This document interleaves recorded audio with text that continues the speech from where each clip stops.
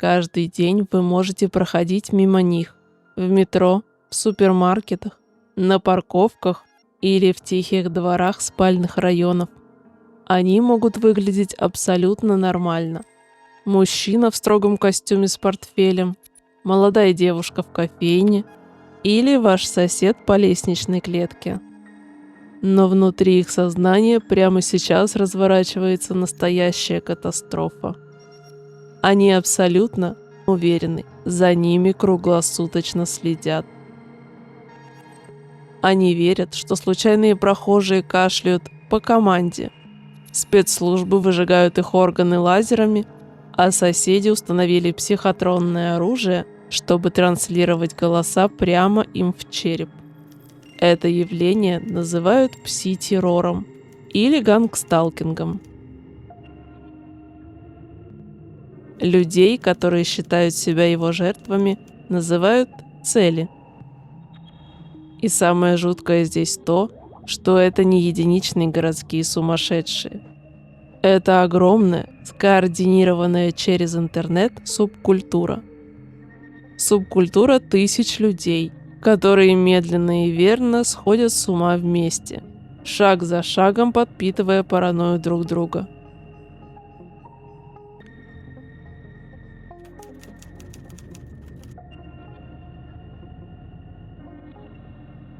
С точки зрения клинической психиатрии, основа пси-террора – это классический персекуторный бред, то есть бред преследования, помноженный на апофению.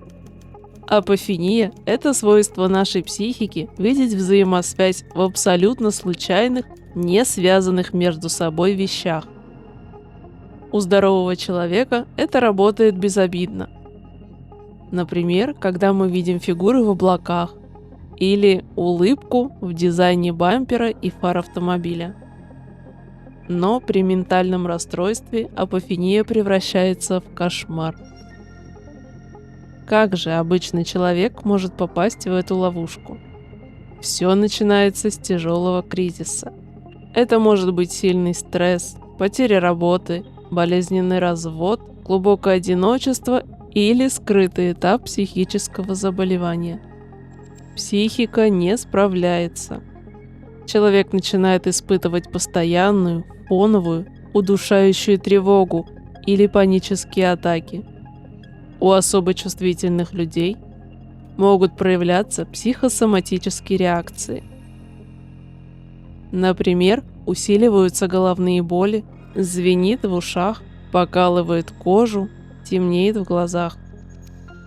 Человеку кажется, что мир вокруг стал каким-то чужим и враждебным. И тут мозг совершает фатальную ошибку. Он плохо переносит неопределенность, и чтобы спастись от внутреннего хаоса, ему нужно найти внешнюю причину. Мозг не хочет признавать «я болен, мне плохо изнутри». Он ищет врага снаружи. Критическое мышление к своим действиям полностью отключается. Проблемы начинаются тогда, когда случайности превращаются в единственную возможную картину мира. Когда этот человек заходит в интернет и вбивает в поисковик «почему звенит в ушах и болит голова?», алгоритмы услужливо подбрасывают ему форумы о пси-терроре.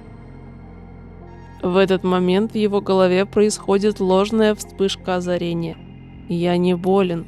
Оказывается, против меня развернулась секретная программа. Я избранная мишень». На короткое время это приносит странное облегчение. Но именно так захлопывается капкан. И если человек однажды решил, что за ним следят, мозг начинает замечать все, что подтверждает эту мысль. А то, что ей противоречит, постепенно отходит на второй план.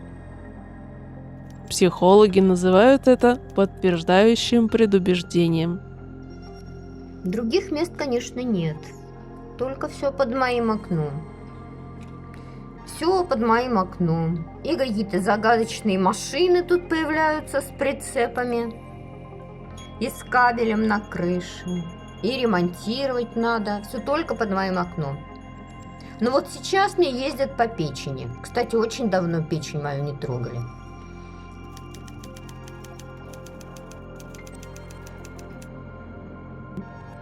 Попав в поток пси-террора, человек быстро учит новый язык. Эта субкультура создала свой уникальный сленг, по которому адептов можно легко вычислить. В России и за рубежом терминология немного отличается, хотя суть одна. Психотронное оружие или просто психотроника – это мифические излучатели, торсионные поля или ультразвуковые пушки, которыми их якобы облучают через стены. И увидите, кто вас ставит на психотеррор. Вот эти люди. 3 окна горит всегда. Они не заканчиваются. Они так типа и сталкинг одновременно устраивают, видимо, и вообще. Ну, вот так вот они живут. Вот. И они же чуть выше вас. Потому что, чтобы оборудование свое, излучение, вот это все могли делать, бегать там туда-сюда, что-то приказывать, говорить. А им надо как бы на вас направлять. Псиопы – психологические операторы или сталкеры от гангсталкинга. Смотрите, псиопка. Приехала в отель, где минеральные бассейны. Не купается.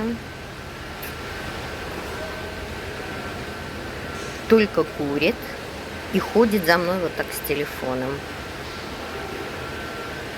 Жертвы искренне верят, что квартиры вокруг нее выкуплены спецслужбами. Любой стук, ремонт или шаги сверху воспринимаются как намеренная психическая атака или атака облучающими приборами. Вот работа пси-террора. Вот. Я живу здесь. Вот мой этаж. Вот они как работают. Здесь. Вот над. Вот эта квартира. Свет вырубили только что.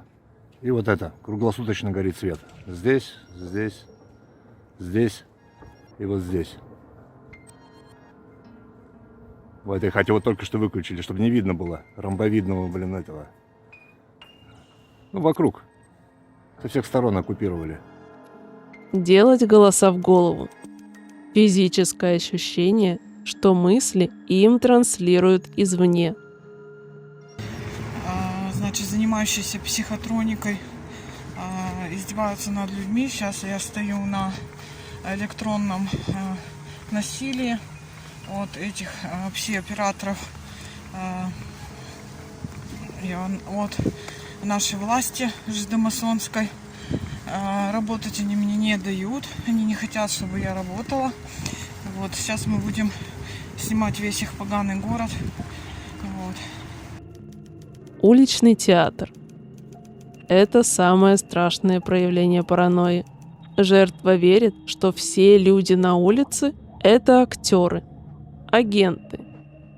Если прохожий достал телефон, припарковалась красная машина или кто-то просто громко чихнул, для цели это срежиссированный спектакль, созданный исключительно для того, чтобы усыпить его бдительность, при этом тайно вредить или передавать информацию.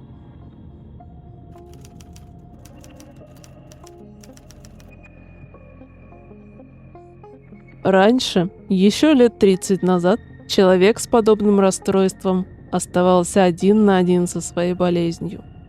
Рано или поздно странное поведение замечали родственники, друзья, вызывали врачей, и человек получал медицинскую помощь. Сегодня интернет создал идеальные эхокамеры, превратив ментальное расстройство в заразный вирус. И вот здесь мы сталкиваемся с феноменом, который в психиатрии называют индуцированным бредовым расстройством или безумием на двоих. Это состояние, при котором бред одного человека, истинного больного, передается другому, абсолютно здоровому, но глубоко внушаемому, тревожному или эмоционально зависимому человеку. Раньше этот психический вирус мог передаваться только внутри одной семьи, Например, от безумного родителя к послушному ребенку. Но интернет масштабировал эту угрозу до планетарных размеров. Форумы пси-террора – это гигантские инкубаторы индуцированного бреда.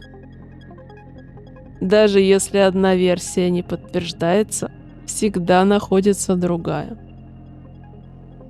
Представьте, человек ищет на форуме: «Мне кажется, сегодня за мной ездила красная машина». И ему тут же отвечают десятки комментаторов: «Да, у нас в городе они тоже активизировались. Это новый этап секретной программы». Легко внушаемый зритель или читатель, который просто зашел на форум в состоянии сильного стресса, начинает примерять этот бред на себя. Его мозг, перегруженный тревогой, услужливо подстраивается. На следующий день он выходит на улицу, видит красную машину, и встроенный чужой бред прорастает в его сознании.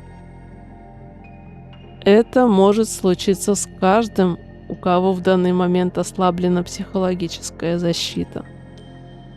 Паранойя масштабируется. Люди заражают бредовыми идеями друг друга, создавая непробиваемую ментальную стену.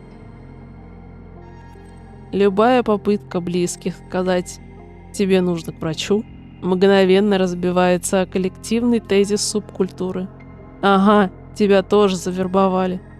Ты один из них и хочешь сдать меня в психушку, чтобы они завершили свои эксперименты».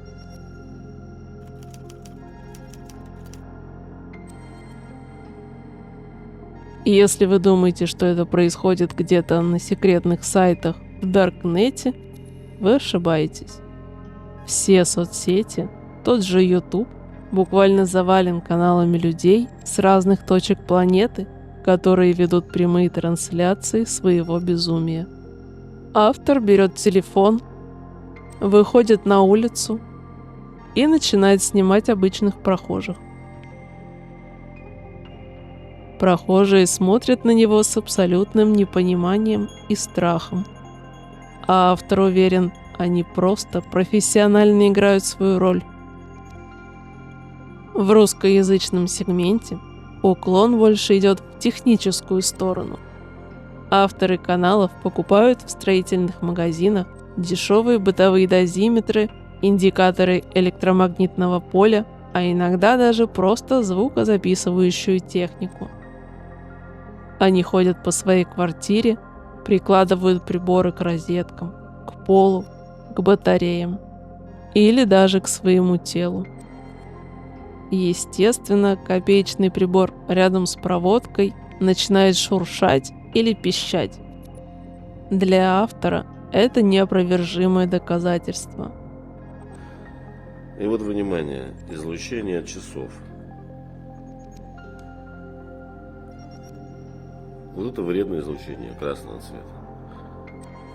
Я убираю часы. Да, нет излучения. 0. А вот это вредное. Показывают обычные бытовые синяки или раздражения на коже. То есть прибегают ко мне психотронщики цифровизации в нашей и оставляют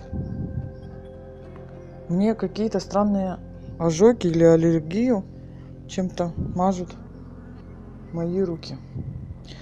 Вот еще раз всех спрашиваю. Вот сейчас я вам покажу точки, которые остаются после этой электромагнитной долбежки по ногам. То есть они хотят лишить меня передвижения, устраивают таким образом пытки и хотят сломать мою волю, то есть превратить в овощ. Под такими видео собираются сотни комментариев поддержки.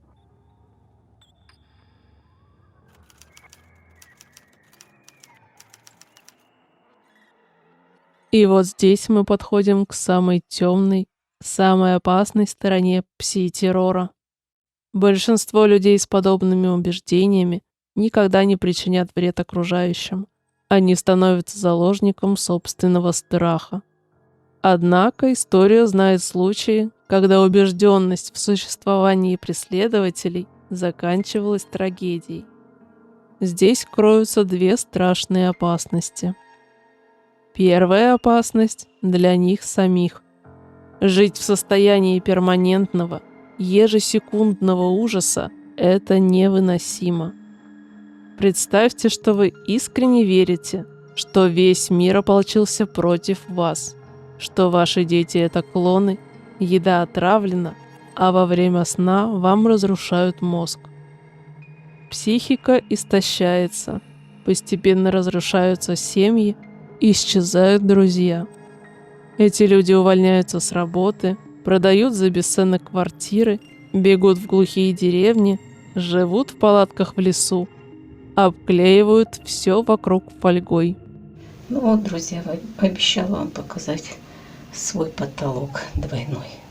Вот у меня потолок весь обклеенный фольгой. Стены тоже все обклеенные фольгой. Окно забило там. Оттуда светил луч, я видела один раз по камере. И вот, смотрите, значит... Тратят последние деньги на шарлатанские устройства, обещающие защиту от излучения.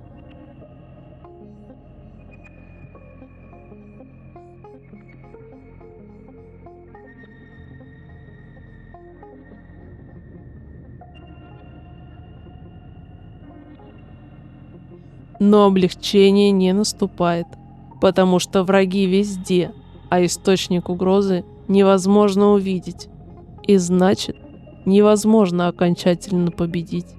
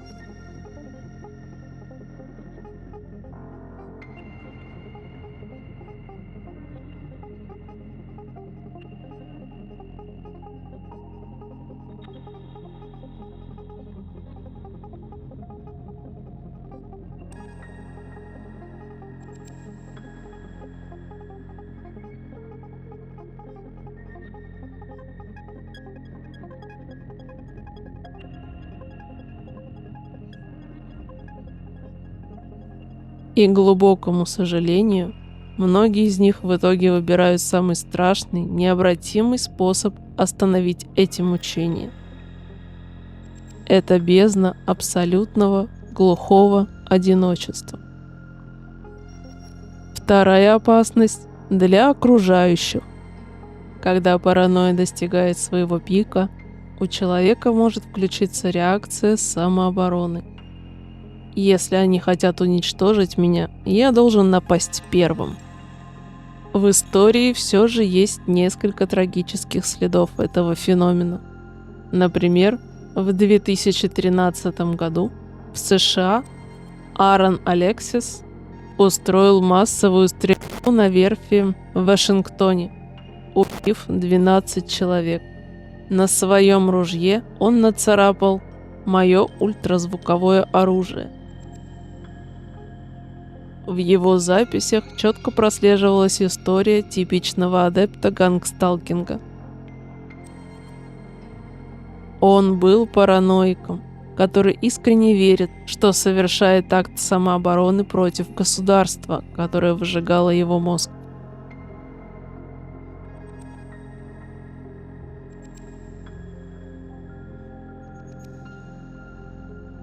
В России и странах СНГ регулярно происходят случаи меньшего масштаба, которые редко попадают в федеральные новости.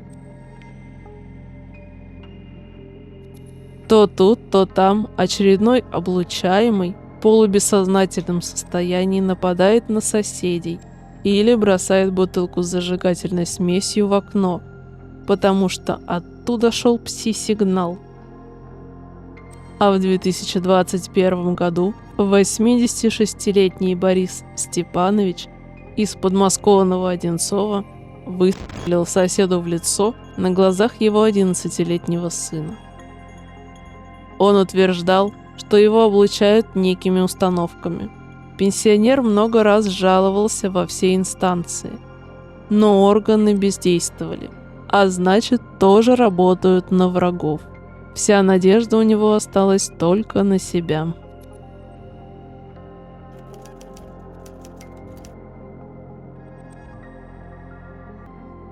Несколько десятилетий я проживала бок о бок с такой соседкой. Год за годом на моих глазах она неотвратимо и страшно скатывалась в бездну. Сегодня ее паранойя достигла абсолютного пика. Она искренне и всем сердцем уверена, что все соседи в доме пытаются ее убить. Причем в ее арсенале преследователей смешалось все, от выдуманного психотронного оружия и газа до оккультных ритуалов и порчи. Ее квартира превратилась в настоящую крепость безумия. На каждое окно, входную дверь, на балкон она повесила по несколько камер видеонаблюдения, которые круглосуточно фиксируют врагов. Она буквально завалила местное отделение полиции жалобами, регулярно строча заявление участковому на каждого замеченного псиопа. Ее уже несколько раз забирали в психиатрическую больницу, но система устроена так, что после короткого курса препаратов человека выпускают обратно. И ничего не меняется. Ей не становится лучше. Возвращаясь домой, она снова включает камеры, снова ищет следы заговора за стенами и продолжает жить в своем персональном бесконечном аду. И самое страшное, ты понимаешь, что помочь ей абсолютно невозможно. Ты остаешься бессильным наблюдателем чужой, растянутой во времени ментальной катастрофы, боясь за себя и своих близких. И ведь это не единичный случай. Я знала другую женщину, интеллигентную, образованную, которая дошла до того, что была абсолютно уверена. Ее родная дочь, кровинушка, с которой она жила, постепенно облучает ее ради какой-то своей выгоды. Когда ее состояние стало критическим, она попала в психиатрическую больницу. Но даже там кошмар не прекратился. Каждый день она жаловалась, что соседки по палате – это агенты, которые по ночам подключают электрический ток к ее кровати. Когда к ней приходил врач на обход, она с совершенно спокойным, почти безмятежным лицом уверяла, что все прекрасно, что таблетки помогают и что ее пора выписывать домой. Но стоило врачу предложить ей вернуться на свою кровать, как она тут же придумывала разные отговорки, чтобы избежать этой проверки.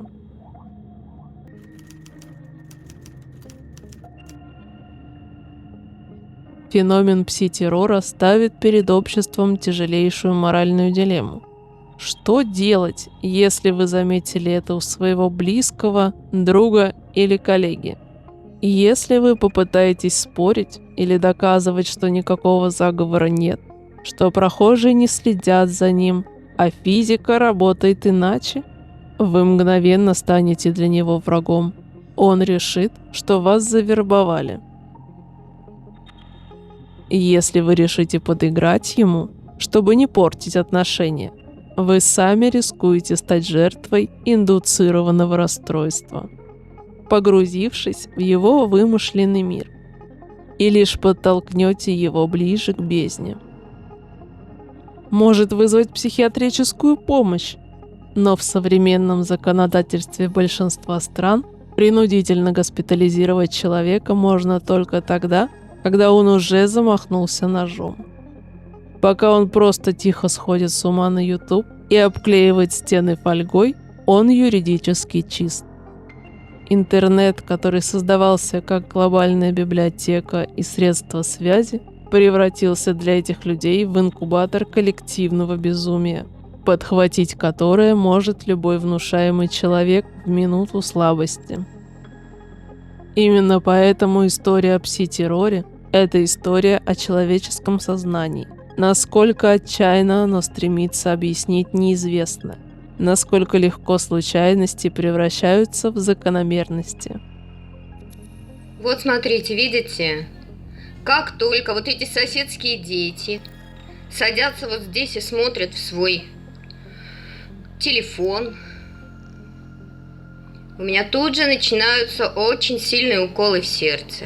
Они просто конкретно разрушают мое сердце. Они работают на психотронную мафию. Им за это, конечно, платят 3 копейки. Никакого пси-террора не существует. Существуют только люди, искренне убежденные в том, что стали его жертвами. Они среди нас. Они смотрят на нас с подозрением, когда мы просто кашляем в автобусе или достаем телефон, чтобы проверить время. Им не нужна наша злость, и уж точно не нужны наши насмешки. Это глубоко несчастные, испуганные люди, которые нуждаются в профессиональной медицинской помощи, но принять ее они уже не в состоянии.